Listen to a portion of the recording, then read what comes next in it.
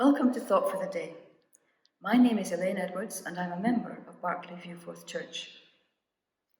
If we have learned anything in this lockdown, it is surely about how to wait. Waiting for daily reports from the government, waiting for lockdown to be eased, waiting for a vaccine, waiting in socially distanced queues outside shops, waiting for life to return to normal, whatever that is now. For me, I will remember lockdown as waiting by my dad's bedside for his last laboured breath, waiting for death to tighten its awful grip on someone I love, waiting for what must always come, but without the comfort of family around to mourn our loss together. Waiting can be a lonely, painful time. But it can also teach us how to wait in hope. Hope for renewal of strength, physical, emotional, and mental. Hope for the new creation promised in Revelation, where God dwells with men and where there will be no more death, or mourning, or pain, or tears. Hope for Jesus' return, with the same expectancy of those first Christians over 2,000 years ago. He is risen. Maranatha. He is coming. Today's reflection is on the theme of waiting. It is based on Isaiah chapter 40, verse 31. In this monologue, there will be silences, so you may wish to close your eyes as you listen.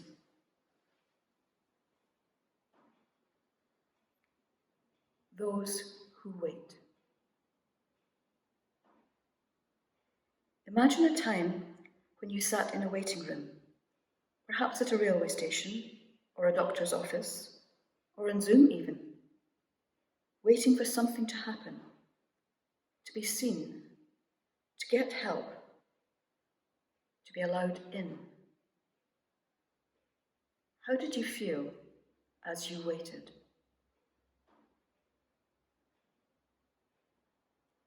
Those who wait for the Lord.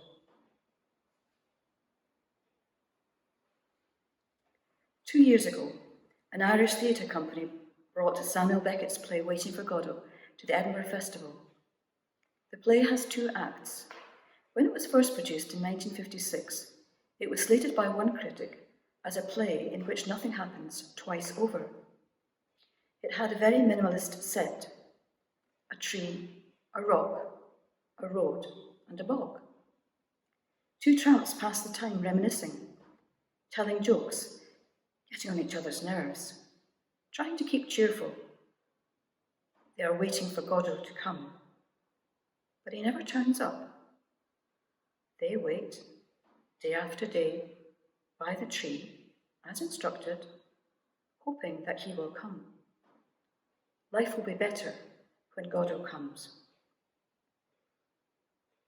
Who or what is Godot for you? Who or what are you relying on to make life better?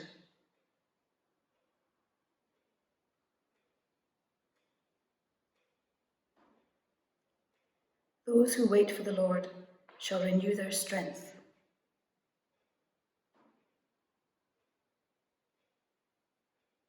The disciples were in the upper room, waiting, just as instructed. They didn't quite know what they were waiting for, but Jesus had told them, "Stay in the city until you are clothed with power from on high," whatever that meant. Go to the upper room, the waiting room, and, well, just wait. Wait for the promise of the Father. Nothing made sense. Jesus had become their friend, made life better, then died a brutal death. He had risen and appeared to them. Now he was gone again. What next? Back to the old times? It was an emotional roller coaster. They were exhausted.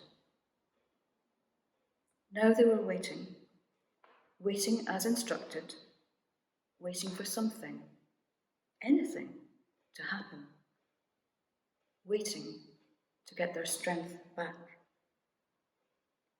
Shut in, lockdown, limbo time.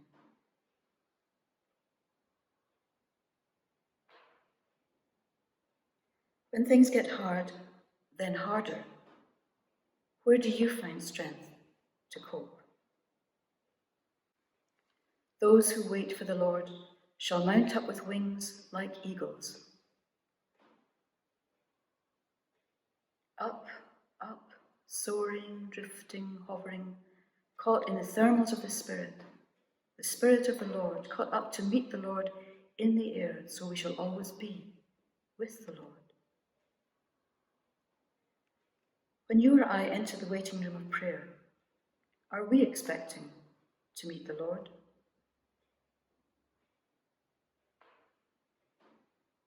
Those who wait for the Lord shall run and not be weary.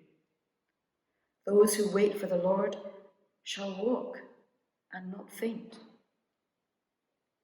Those who wait for the Lord. Those who wait.